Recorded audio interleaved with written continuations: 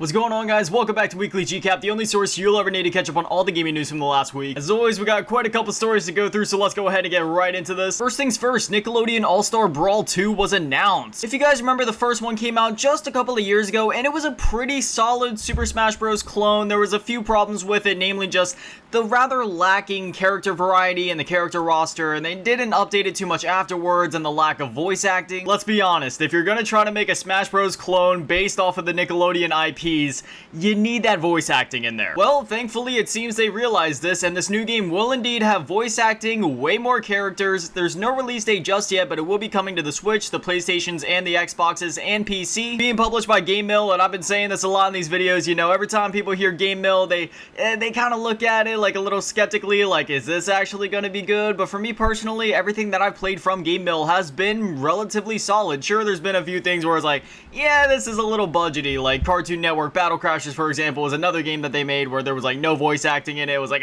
what are you doing? There should have been voice acting there. But for the most part, the games that they make at their core, they're pretty fun experiences, so I'll definitely be checking this one out once it releases. Next up, we got some more info about Bombrush CyberFunk's release. So this is a little interesting how they're going to be handling this. So basically, it's going to be releasing on PC through Steam and Switch on August 18th, and then it'll be coming to Xbox and PlayStation on September 1st. So yeah, it's a bit of a weird release thing. So if you're on Switch and PC, you'll be able to access this game in about like 2 weeks. But if you're on Xbox or PlayStation, you're gonna have to wait like about 3 to 4 weeks yet. Personally, I have all of the consoles, but I'm probably gonna wait to pick it up on either PS4 or Xbox. I don't like gaming on PC, and as much as I love my Switch, I want to wait to get it on Xbox or PlayStation just because I know it's gonna be running the best on those platforms just because they are more powerful. That being said, I used to love Jet Set Radio back in the day. It's a game that I still return to often, so I am super excited for this game. It's sort of like a spiritual successor to that game, so yeah, I'm super excited for this one, and I'll be picking it up, I guess, September 1st. Next up, this is just something I wanted to, highlight real quick, but Xbox announced a new controller. As you can see on your screen, this is called the Stormcloud Vapor. It unlocks a theme for your console once you link it up with your, Xbox for the first time, and, I thought that was pretty cool. Personally, I don't really go after these limited edition controllers, usually. I'm pretty basic. I go for, like, the vanilla, just like, the black Xbox controller, or the typical black DualShock 4 for PS4. That being said, I like to highlight this stuff because I know there's some people out there that like to collect this kind of stuff. So, yeah, this one actually looks pretty cool. Next up, normally I don't cover too many DLCs or updates and such, but this one was one that I knew I had to highlight. So, TMNT are now playable in Session Skate Sim. It's a free update, and it's out now. Now, at the time that you guys are watching this video, if you have the game, you can just go download the update and try it out. I haven't played this game a ton, admittedly. Anytime I need my skateboarding fix, I still go back to play, like, the Tony Hawk Pro Skater 1 and 2 remaster that came out a couple of years ago, or I guess, remake. We're not gonna get into the whole conversation of remake versus remaster here, don't worry. That being said, considering it's the Turtles, yeah, I think I'm gonna have to dive in and try this one out. Next up, we got a bit of a sales update for the PlayStation 5, and apparently it has sold over 40 million units. This coming from SonyInteractive.com, quote, "With the support of PlayStation fans, we have reached a milestone of 40 million PS5 consoles sold to gamers since launch. Thank you so much to our community of gamers. Without you, this would have been an impossible task," end quote. So, yeah, I mean, obviously the PS5 has been selling really well, and we're not even halfway through this generation yet, and, this generation is probably going to be a bit longer, so normally we'd be getting close to that halfway point of the generation already. It feels like the new consoles literally just came out, but it's been 3 years already, if you can believe that. But considering the fact that the PS5s just became more readily accessible in, like, the last couple of months,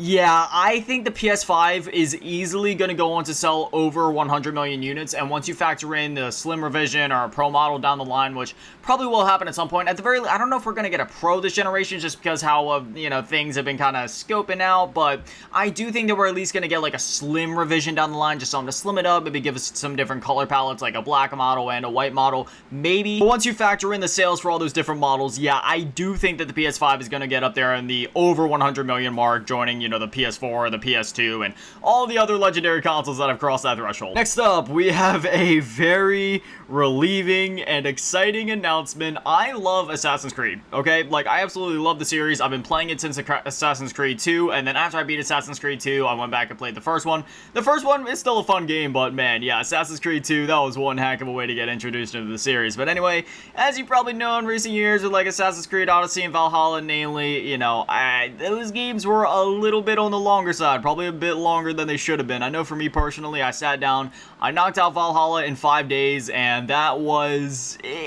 I enjoyed my time with the game, okay? I'll say that much. I enjoyed my time with the game, but it's not something I'd ever do literally ever again, okay? But anyway, this coming from an interview that took place with Ubisoft's lead producer Fabian Solomon over on PCGamesN.com regarding Assassin's Creed Mirage's length. So, quote, given that we do a lot of playtesting internally at Ubisoft, it's part of our process. We really want to get as close as possible to the players, so we'll say that the latest playtimes we've received average at around 20 to 23 hours. Solomon says that can go up to 25 to 30 hours for the completionists, and we'll say that those who will be rushing the game will be around 20 hours. So, that is much better than 100 hours, okay? Valhalla, for me, it didn't take me 100 hours. I believe I finished it in 60 or 70 hours, somewhere in that ballpark. I know for some people, you know, it's taking them upwards of 100 just to beat the game. But yeah, 20 hours, that's a lot more doable. I know for some gamers that are a bit better, I could easily see them knocking something like that out in probably like 15 to 20 hours tops, so... Very relieving to hear. I don't have a problem with long games, and, you know, I don't have a preference either way. I don't care if a game is long or if a game is short. I just don't like when a game feels like it is unnecessarily padding out its length to waste my time and to keep me playing. I want the game to start and then do what it needs to do and then wrap up, whether that takes the game 3 hours to do or whether it takes it 200 hours to do. I do not care as long as the game remains good on a quality level. While Valhalla did do that, it definitely felt very padded out with the objectives that you were doing and with the repetitiveness of some of the things. So, yeah, I'm very happy to hear that this game is dialing it back on the length front at least, and I'm very, very excited to pick this one up. Next up, we got a very exciting announcement for all my RPG fans out there, for all my MMO fans out there, and for any of you that play on Xbox and don't play on PC and have been, you know, needing that MMO fix, because let's be honest, there's not too many MMOs on Xbox. There's a few good ones, but we've been missing out on a big one for a while now, and, I'm not gonna hold it back anymore. Final Fantasy XIV is coming to Xbox in spring 2024. It will be coming to the Xbox Series S and X, unfortunately not the Xbox One. Something I did want to point out, though, this coming from Phil Spencer on Twitter, or I guess X. This is so stupid. But anyway, this is something that he tweeted or zeeted or whatever it's called now. Quote, enjoyed being on stage with Yoshi P and Kiryu-san to announce Final Fantasy XIV coming to Xbox. We're thrilled that the Xbox community will join the Warriors of Light, and we look forward to partnering closely with Square Enix on future games. That's the part that I wanted to highlight right at the end there. Future games. Perhaps it's just typical PR speak and nothing more, you know, just like I look forward to us being able to work together again, that sort of like PR thing. But what if there's more to that? Because obviously Square Enix and, you know, Sony, they've been working together for the last couple of years. All the Final Fantasy stuff, like Final Fantasy 16, for example, that went to PS5 first. It's still a PS5 exclusive. It will be coming to other platforms later on, but as of now, it's like a timed exclusive for Sony. And, you know, Square Enix and Sony, they've always been really close. Sony tends to get the stuff first. But now that they're working together, now that Final Fantasy XIV has been announced for the Xbox, now that, you know, Phil Spencer tweeted this out, and they were, like, shaking hands on stage, and it's making me wonder, is there a possibility that we could start seeing some more parity between Square Enix's releases on PlayStation and on Xbox? I'm not saying that's the case, but just the way that it was phrased here, again, this might just be PR speak and nothing more, but future games, just something I wanted to highlight there. Just a little interesting tidbit. It really makes me wonder. Next up, we got a bit of a sales update for Metroid Dread. So if you remember, that game came out a couple of years ago, and oh my gosh, it is ever so phenomenal. If you have a Nintendo Switch and you haven't played that game yet, I don't know what you're doing. You need to go pick it up. You need to go play it. But anyway, this is coming from Nintendo Everything, quote, in October 2021, Annette Games published a report with different accusations about Metroid Dread's development, including how it was, quote, chaotic. Alvarez was asked to comment, but ultimately noted that a troubled situation like that doesn't end with one of the best games in the franchise. He said, quote, I don't think the development was chaotic. Chaotic development doesn't end with one of the best games in the franchise. It doesn't end with a game that has sold over 3-point-something million copies. It doesn't end with a game that won TGA awards. That's all I have to say about it, end quote. So obviously, you know, there's more that can be kind of extracted from this statement if you want to, you know, delve in deeply to Metroid Dread's development and such, but that's not what we're talking about here. All I wanted to point out is the fact that, yes, it sold over 3 million copies, so that's, I mean, that's great. It always makes me really happy when I see these older franchises come back or these older styles of games come out, and they just, you know, they just knock it out of the park in terms of sales. Because as you all probably know at this point, in any business, whether it's food, movies, games, you gotta speak with your wallet, you know what I mean? And the big companies and the big publishers definitely pick up on that. So considering how well Metroid Dread sold, I do expect us to see more from that series. I mean, obviously, we've already seen, like, what, the Metroid Prime Remaster, and there's rumors that the other two Prime games have already been made, and they're just kind of sitting on a shelf somewhere at Nintendo, so there's definitely more Metroid up the pipeline, and, you know, since Metroid Dread sold so well, I'm very hopeful for the future of 2D Metroid, because I'm going to be honest, I don't have a bias either way. I like both first-person Metroid and 2D Metroid, but, you know, I like when both are able to coexist like that. Next up, if you remember, about 2 weeks ago, we had talked about how Ratatan was announced, you know, it's supposed to be like a spiritual successor to the Patapon PSP game. An absolutely phenomenal game, by the way. I have so many memories playing that game, and it's just, I don't know, there's something about it. It's so charming, and it's so much fun, and it's one of those games you can pick it up, you can play, you can put it down, and it's just, you can come back to it time after time again. But anyway, we talked about how they were going to be starting a Kickstarter to, you know, obviously kickstart the project to fund it. The goal was $139,615. At this current point in time, it's been a couple of hours since I got in a check, but I checked it about 6 hours ago earlier this morning at the time of recording this, and at that time, it was at $900,000. So, it's easy to say that they more than surpassed their goal. So, Ratatan, it's on the horizon. There's no official release date yet. Obviously, they're only just beginning on development, but yeah, super excited for this one. Next up, apparently, Star Wars Jedi Survivor is going to be coming to the PS4 and the Xbox One. Yeah, so, I mean, there was a whole article here I was going to go ahead and read off initially, but, you know, there's just a whole lot of PR speak, so we're not even going to do that. We're just going to do this one off the top of the dome. If you guys remember the launch and the state of the launch of Star Wars Jedi Survivor, it was a little rough, even on next-gen consoles like the Series X and the PS5. Let alone the poor Series S. It was a very rough launch. So, while yes, they've been putting out a lot of patches to make the game more playable, and it's in a much better place now, I am scared. What is this game going to look like? I could put on the tinfoil hat, you know, we could go into speculative, however you say that word, territory, but I'm going to be reserved. I'm going to wait until it comes out. I'm not going to be too pessimistic. All I'm going to say, though, is once it does finally come out, I would probably check in with Digital Foundry before picking this one up, because while I'm very excited that more players will be able to play this game, don't get me wrong, considering how the game launched initially, even on the next-gen consoles, I'm scared. Again, just check in with Digital Foundry. If they say it's all good, then we're probably fine to pick it up, but I wouldn't even think about purchasing the game until you do that. And for our next story, we got a bit of sad news regarding the next Battlefield game. So, this coming from GameSpot, quote, 2021's Battlefield 2042 did not put up the kind of sales numbers that publisher EA was looking for, but the company is of course not giving up on the military shooter series. During the company's latest earnings briefing, EA CEO Andrew Wilson said the next entry will be a reimagination of Battlefield. He went on to say the next Battlefield game will exist in a truly connected ecosystem, end quote. I don't need to explain why this is bad, right? I miss when Battlefield games would come out and they were just good, you know, like Battlefield 3, Battlefield Bad Company 2, Battlefield 4, Battlefield 1, even Battlefield 5 to a certain extent. Sure, it was a bit of a letdown compared to Battlefield 1, but it was still a solid game. Battlefield 2042 came out, we all know how that went, and now it seems like, you know, they're going for the connected ecosystem approach. Not even just games as a service, but games as a platform, where like they make a game that's more or less just a platform for them to build off of. Is just, yeah, I don't know. I mean, I don't even want to talk about this one anymore, because I'm actively getting a little tense, getting a little angry just talking about this one, because I'm sick of these publishers and such trying to ruin some of my favorite games.